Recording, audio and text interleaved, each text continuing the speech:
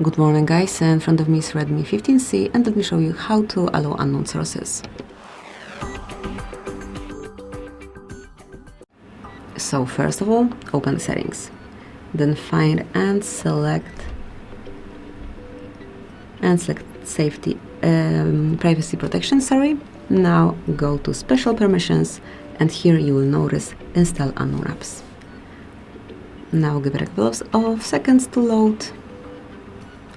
And now pick the app that you wish to give this permission to, and now mark the indicator. Once the slider is on, you will be able to see the notification. Just read it carefully, mark that you are aware of all the risk, and once it's active, you can tap on OK. And from now on, this source is allowed. You can smoothly install via this one. So this is it. Obviously, you can do it for any other app of yours.